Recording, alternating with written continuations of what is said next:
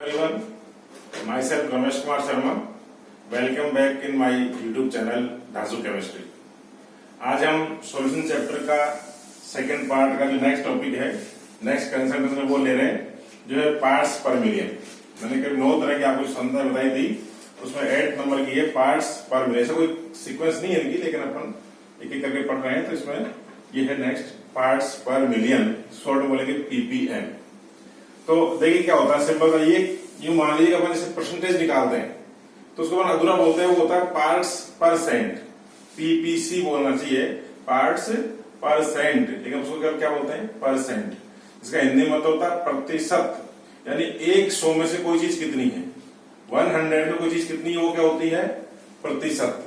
ऐसे यहाँ पर प्रतिशत के बजाय उसको प्रति 10 लाख में से निकालेंगे तो वो क्या कहलाएगी, पार्ट्स पर मिलियन। पर मिलियन यानी 10 लाख, 1 मिलियन में से, यानी 10 लाख में से कोई चीज कितनी है उसको क्या बोलेंगे, पार्ट्स पर मिलियन। 10 लाख में से कोई चीज किसी के कितने भाग हैं, तो इसको अपन कैसे बोलेंगे, अपन यहाँ किस चीज को निकाल रहे हैं, विलियन में विलय की मात्रा ज्ञात कर रहे हैं। तो हम कहते हैं किसी विलियन के 10 लाख आयतन भाग या भार भाग में से, आयतन का भाग हो सकता है या भार का भाग हो सकता है, उसके 10 लाख में से उपस्थित विलय के आयतन भागों या भार भागों की संख्या क्या कहलाती है, सांद्रता पीपीएम के रूप में कहलाती है। 100 से निकालते हैं अपन तो वो कहलाएगी परसेंट या प्रतिशत, और 10 लाख से निकालेंगे तो वो कहलाएगी पर मिलियन या प्रति 10 लाख। ये पार्ट शब्द एक और शुरू में पूरा बनाने से जोड़ते हैं, तो ये होती है पीपीएम।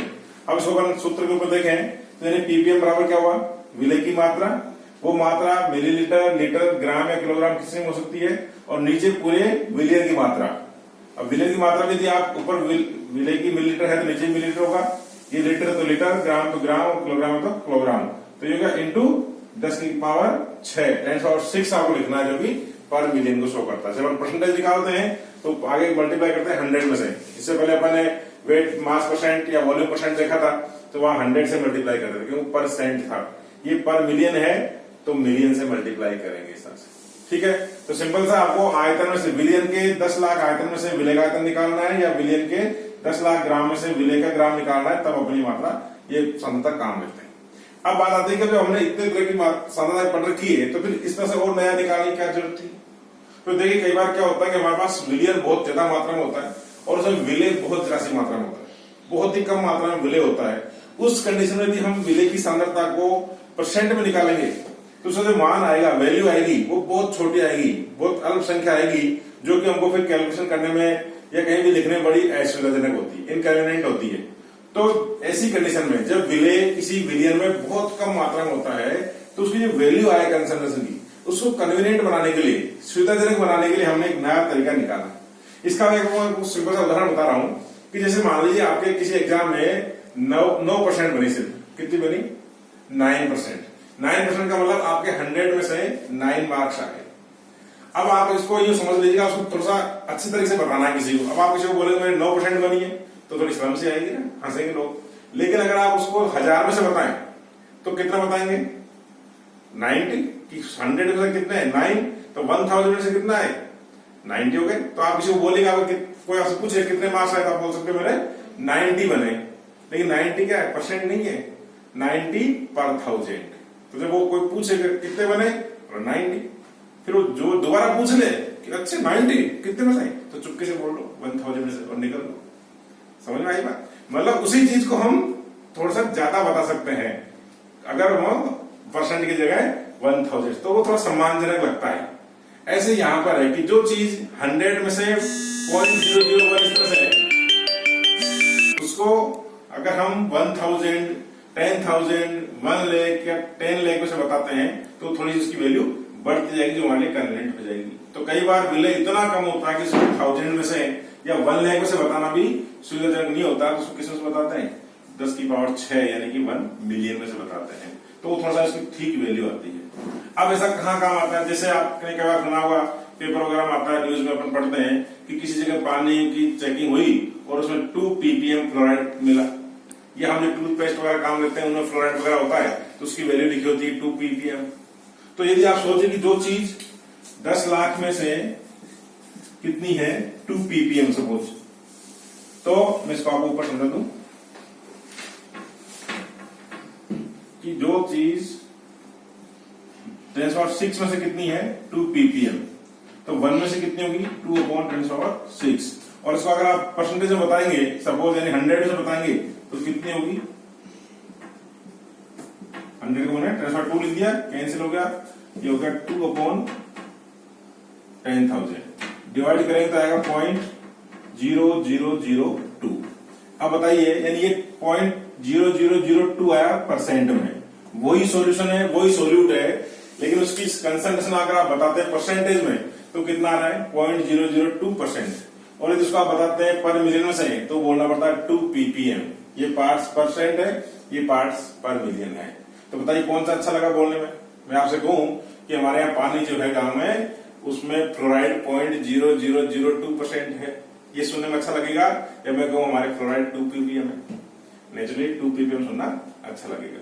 तो ये सुनने में, लिखने में, कैलकुलेशन करने में सब में ही कन्वीनियंट है, इसलिए हम इसको 10⁻6 में से कैलकुलेट करते हैं। तो इसमें और कुछ अलग तरह की नहीं है सांद्रता, बस ये सुविधाजनक बनाने के लिए हमने परसेंट की जगह किसमें कैलकुलेट करना शुरू कर दिया ppm में। तो ये आपको ध्यान रखें, इसको कंफ्यूजन वाली बात नहीं है, कुछ अलग तरह की सांद्रता नहीं है, जैसा परसेंटेज निकालते हैं वही सब है, बस वो थोड़ी सी हमारे लिए कन्वीनियंट है, इस तरह से अपन इसको कैलकुलेट करते हैं। तो जनरली जहां विलय बहुत कम मात्रा में है, फ्लोराइड वगैरह की मात्रा ज्ञात करते हैं, क्या आप मान लीजिए वायुमंडल में कोई प्रदूषणकारी गैस है, उसकी मात्रा निकालनी है, तो इस तरह से अपन उसकी ppm वैल्यू कैलकुलेट कर लेते हैं। ठीक है, तो ये आपको इसमें कुछ भी नहीं, न्यूमेरिकल सिंपल था, परसेंटेज की तरह आएगा। सपोज मैं क्वेश्चन लिख देता हूं, 1 बिलियन के 10⁵ मिलीलीटर आयतन में 10 मिलीलीटर फ्लोराइड है, तो इसकी सांद्रता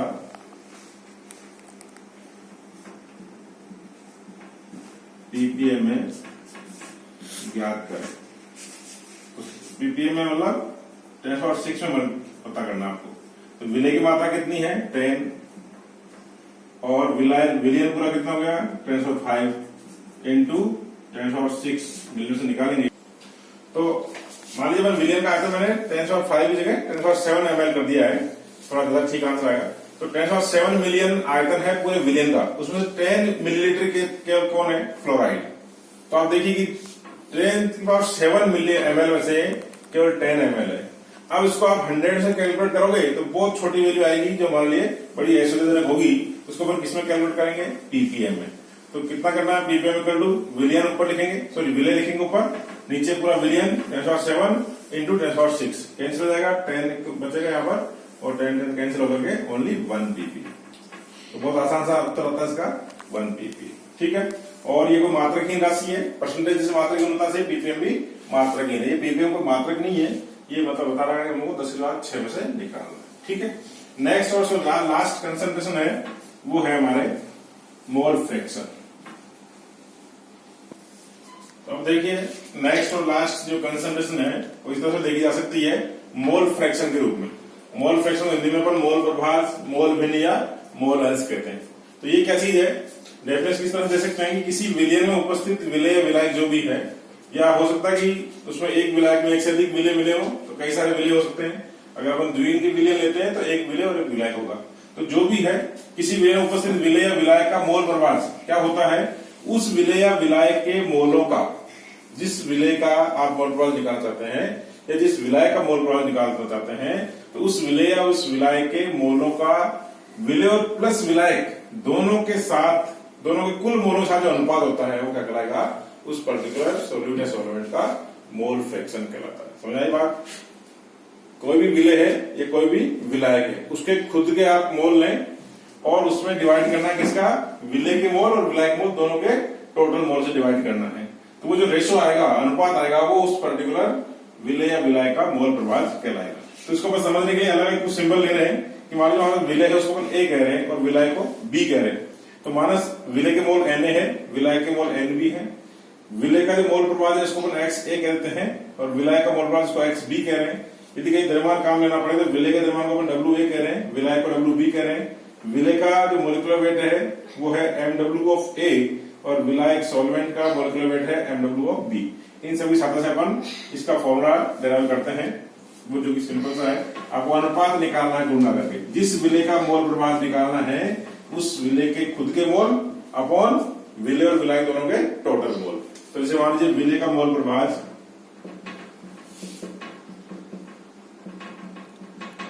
XA अपन ले रहे हैं, तो XA इक्वल टू खुद विले के मोल जो कि अपन Na ले रहे हैं अपॉन विले के मोल प्लस विलायक के मोल। यानी विलियन के मोल एक साथ नहीं निकलेंगे, आपको विले के अलग मोल निकालने पड़ेंगे, विलायक के अलग मोल निकालने पड़ेंगे और दोनों को टोटल ऐड कर देना है। इस तरह से अकेले एक साथ पूरे विलियन का अनुभाग नहीं होता, एक साथ विलियन का मोल नहीं निकलते। तो विले के मोल और विलायक दोनों को अलग अलग ऐड कर लेंगे। ये वही Na है और ये Nb। इसका फॉर्मूला क्या बन जाएगा? XA equal to Na upon Na plus Nb। ये भी ऊपर मोल है, नीचे मोल है, मोल प्लस मोल मोल ही होता है। तो ये भी क्या है? मात्रकहीन राशि है और इसमें भी कहीं आयतन काम नहीं आ रहा, इसलिए ये ताप पर निर्भर नहीं करेगी, does not depend on temperature. इस तरह से ऐसे मान लो विलायक का निकालना है तो विले की जगह पर क्या कर देंगे? विलायक का मोल प्रभाज, जिसका भी मोल फ्रैक्शन निकालना है वो ऊपर आएगा, तो विले की जगह यहां भी क्या हो जाएगा? विलायक, नीचे वही टोटल आएगा और x की जगह क्या हो जाएगा? XB। यहां भी Na की जगह क्या हो जाएगा? NB। नीचे वही चलेगा टोटल, तो ये हो जाएगा XB और NB। तो आपको ध्यान ही रखना कि जिसका भी मोल फ्रैक्शन निकालना है उसके खुद के मोल ऊपर आएंगे और विले और विलायक दोनों के टोटल मोल नीचे आएंगे। यदि मान लीजिए एक से अधिक विले मौजूद हैं तो जितने भी उसमें कंपोनेंट है सॉल्यूशन में, दो विले हैं तो दोनों विलों के प्लस विलायक एक होगा और एक से अधिक विले हैं तो सबके मोलों का टोटल योग आपको करना है। अब अपन मान लीजिए इन दोनों का टोटल करें, विले के मोल प्रभाज और विलायक के मोल प्रभाज का टोटल अपन करना चाहे XA प्लस XB, तो देखिए क्या होता है? XA को अपन लिखा था Na upon Na plus NB और प्लस XB को लिखा था NB upon Na plus NB। नीचे यहां भी आप दोनों जगह सेम है तो ये कॉमन आ जाएगा Na प्लस NB, तो ऊपर यहां बच गया Na और ये क्या होगा? NB। दोनों कैंसिल हो जाएंगे, क्या बचा? 1। होता पहाड़ निकली चुहिया, इतना करने के बाद लेते क्या आया? 1। यानी मोल फ्रैक्शन जो है किसी भी कोई भी आप विलयन ले लें, उसके जितने भी कंपोनेंट हैं 1 2 3 4 जितने भी हैं, उन सबके मोल फ्रैक्शन जो सम होगा वो ऑलवेज 1 होगा। ध्यान रखें आप। और कोई मात्रक नहीं है, टोटल कितना आएगा? 1 के बराबर। ये आपको न्यूमेरिकल ऑब्जेक्टिव क्वेश्चन करने पड़ा हेल्प करेगा इस तरह से। और इससे यही पता लग रहा है कि दोनों का टोटल 1 आ रहा है, तो किसी पर्टिकुलर एक कंपोनेंट का, चाहे वो विले हो या विलायक हो, उसका जो मोल फ्रैक्शन होगा XA वो 1 से तो कम होगा, क्योंकि दोनों का जोड़ करके 1 आ रहा है, तो किसी अकेले का तो 1 से कम ही आएगा। यानी XA भी ऑलवेज लेस देन 1 होगा, XB भी ऑलवेज लेस देन 1 होगा, कोई C कंपोनेंट है तो XC भी लेस देन 1 होगा। इससे यही फायदा है कि सपोज आपको किसी एक कंपोनेंट के मोल फ्रैक्शन पता है तो दूसरे के कंपोनेंट के मोल फ्रैक्शन बहुत आसानी से पता कर सकते हैं। जैसे आपको गिवन है कि XA सपोज 0.6 है, 1 से तो कम ही होगा, तो XB कितना होगा? आप क्या कर देंगे? 1 माइनस XA। 1 माइनस XA कितना है? 0.6, तो कितना हो गया? ये 0.4। तो ये ध्यान रखें, मोल फ्रैक्शन यूनिट लेस है, तो ये टेम्परेचर पे डिपेंड नहीं करता, यूनिट लेस है और कितने भी कंपोनेंट सबके मोल फ्रैक्शन का सम कितना होता है? 1 के इक्वल। यानी पर्टिकुलर एक कंपोनेंट का जो मोल फ्रैक्शन होगा वो लेस देन 1 ही होगा। एक का गिवन हो तो दूसरे का बहुत इजीली अपन कैलकुलेट कर सकते हैं। दूसरे तरह का जिसमें क्वेश्चन आता है, आपको सॉल्यूट सॉल्वेंट या पूरे सॉल्यूशन के अलग अलग वैल्यू दी हुई है, ग्राम मात्रा दी हुई है, तो आसानी से आप उसको कैलकुलेट कर सकते हैं। देखिए कैसे करेंगे। सपोज तो आपको क्वेश्चन दिया हुआ है कि 18 ग्राम ग्लूकोज है, उसको 180 ग्राम वाटर में डिजोल्व कर दिया, तो जो सॉल्यूशन बना उसमें ग्लूकोज और वाटर दोनों की मोल फ्रैक्शन अपना कैलकुलेट करना है। Calculate mole fraction of glucose and water when we dissolve 18 gram of glucose into 180 gram of water. तो यहाँ पर देखिए सिंपल था, आपको जिसका भी मोल प्रभाग पूछा है, मोल फ्रैक्शन पूछा है, उसका फॉर्मूला लिखना है। तो उससे पहले अपन थोड़ा सा सिंबल बना लें। ग्लूकोज को सबसे ए माना है, वाटर को बी माना है, तो इसके जो मोल होंगे Na, उसका मास अपॉन मोलिकुलर वेट हो जाएगा। इसके मोल जो होंगे उसका मास अपॉन मोलिकुलर वेट। उनके मोल प्रभाग हमने XA और XB मान लिया। तो अपन XA लिखेंगे, XA equal to Na upon Na plus Nb। वही बात ध्यान रखनी है जो पूछा है, क्या पूछा, मोल फ्रैक्शन, तो मोल फ्रैक्शन फॉर्मूला किया। अब Na मोल देखिए, मोल आपको डायरेक्ट गिवन है क्वेश्चन में, डायरेक्ट मोल गिवन नहीं है, तो फिर क्या गिवन है आपको, मास। तो मोल के लिए अपन मास से भी निकाल सकते हैं, WA upon MW of A upon इधर वही WA upon MW of A plus NB का मतलब WB upon MW of B। ऐसे वैल्यू पुट कर लेंगे। चाहे तो आप अलग से इनको मोल सोल्व कर लें, फिर यहाँ सीधे सीधे मोल की वैल्यू पुट कर दें, तो सीधा यही मास और मोलिकुलर दोनों रख देंगे। तो 18 अपॉन मोलिकुलर वेट ग्लूकोज का होता है 180 अपॉन ये भी होगा वही 18 अपॉन 180 प्लस ये हो गया वाटर कितना है 180 और वाटर का मोलिकुलर वेट 18। कंफ्यूज नहीं होना है, ये 18 तो गिवन वैल्यू है मास की ग्लूकोज की, वो कितनी हो सकती है 18, 90 जो भी है, और इसका मोलिकुलर वेट 180।